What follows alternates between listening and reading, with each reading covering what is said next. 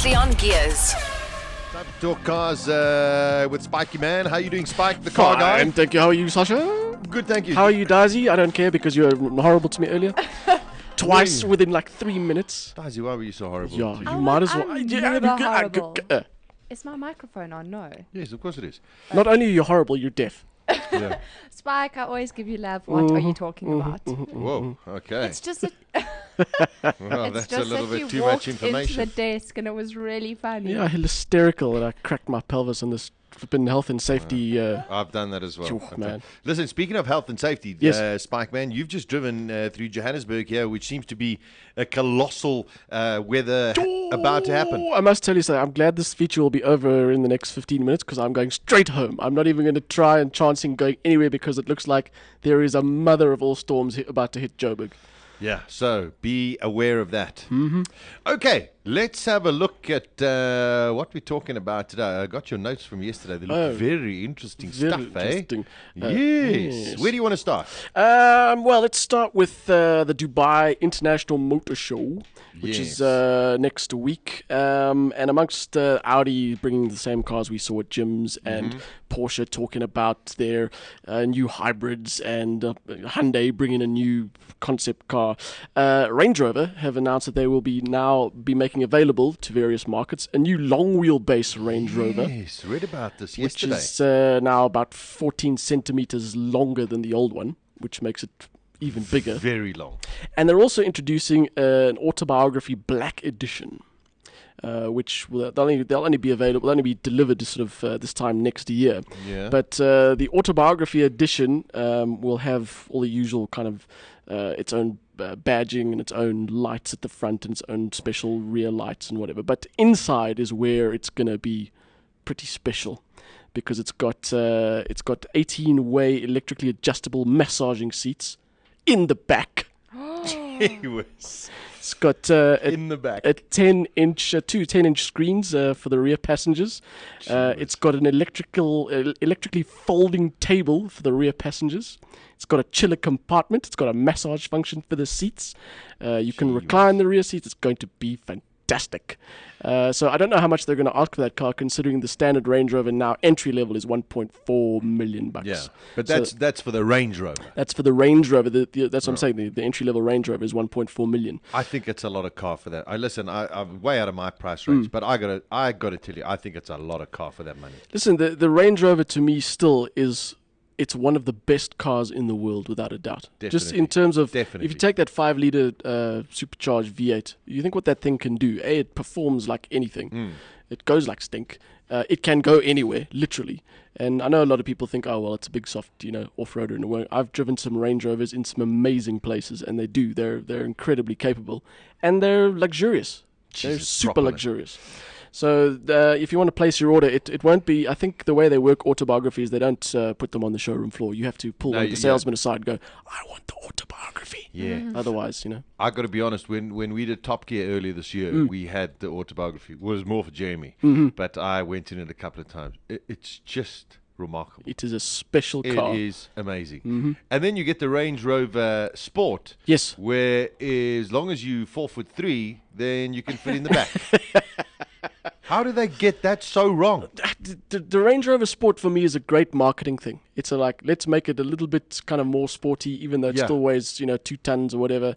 And let's try. And they've sold it by the boatload. And then you go, let's just make sure that, you know what, we'll put 4 seats in it, but actually 2 are only functional. Well, it's not as bad as a BMW X6. Because an X6 okay, has also. completely useless rear seats. Because it's it's not a bench seat; it's 2 individual seats. Yes. And also because of the shape of that car, your rear headroom, squashed. you would come out of there with a broken neck just about. I mean, I can hardly sit in there, and I'm not exactly tall. weird, And you sit in the back of that thing, and the roof kind of, sort of encroaches quite badly. Oh, maybe I get a new shaped head. There we go. Listen, it's about time. You've had that one for a while. I've had it for a while.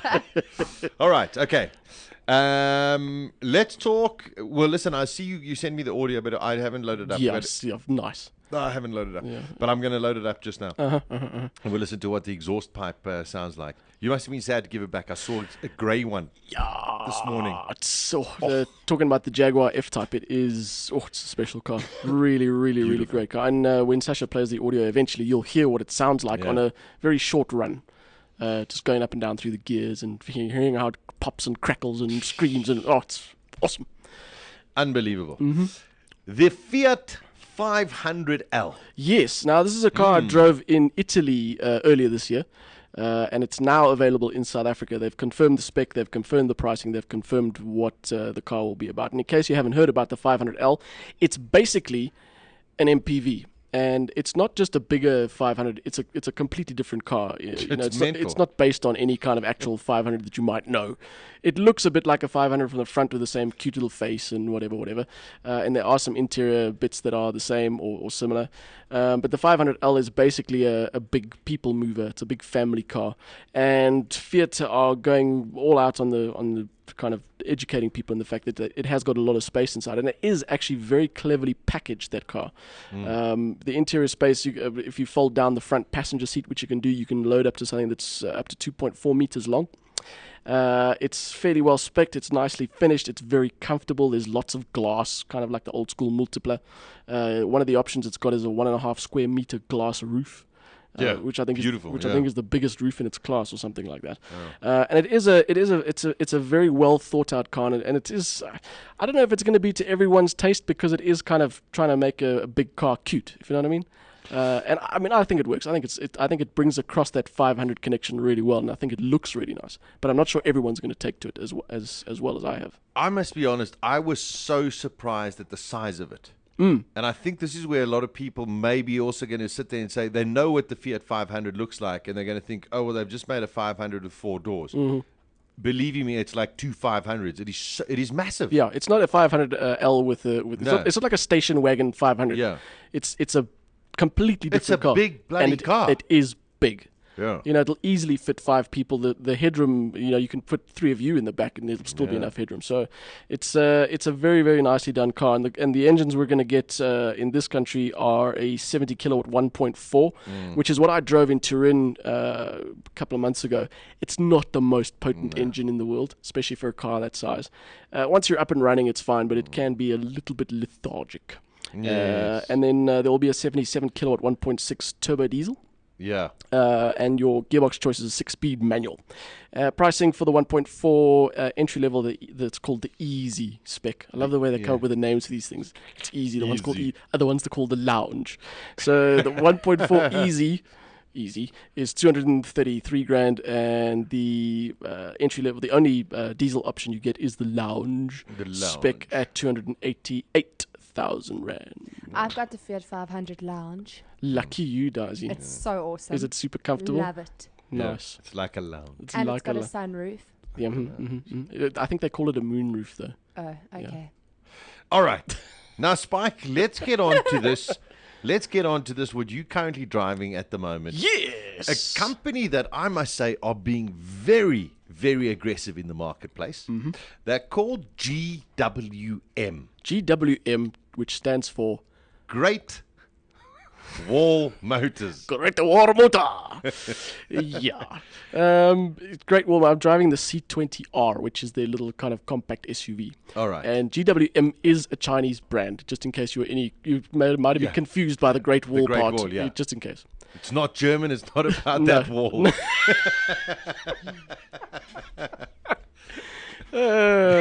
All right. I've never driven a GWM. Up till I had this car, I'd never driven a GWM. Okay. Yes. So tell us a bit about it, because before you carry on, I saw them at gyms. They had a very impressive display.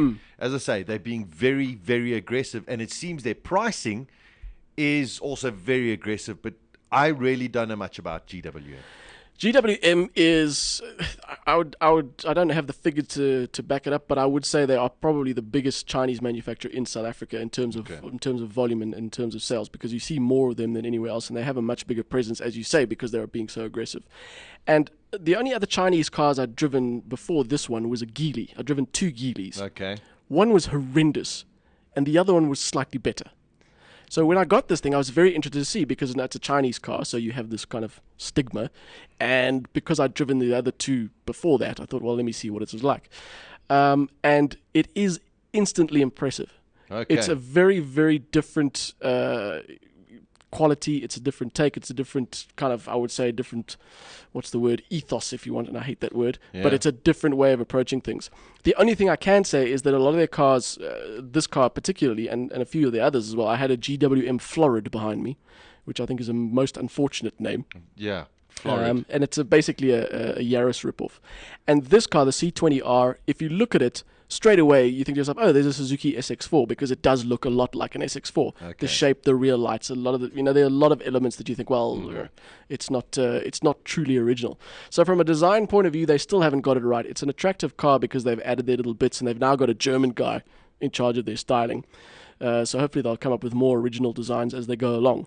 But it is an attractive thing. It's not original, but it's decent looking. Okay. And then inside, the quality is really a lot better than I expected. It's still got its problems.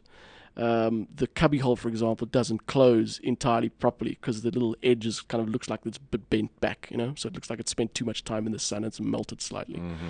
The radio randomly switches stations as you drive along, which at the very least makes radio a bit more entertaining than it is. But you know what I mean. Purely because Balls is, our show isn't not on. on. Exactly. They're not there yet, Daisy, but I'm quite sure in the next iterations of their car, they will have wireless connectivity. More than likely. Yeah. And then, little things like the clutch squeaks, until the car's warm. It's irritating things. Little things. But on the whole, it is a very, very surprisingly... It's a very, very surprising package. It's generally well put together. Yeah. It's okay looking besides the fact that it's not original. It's got a 1500 motor, which isn't the most potent, but I mean in that class of car, and it's a 1500, so you don't expect too much. The drive is fine. The interactions with the car are good. So your steering is good. The gearbox feels good. The gear shift feels good.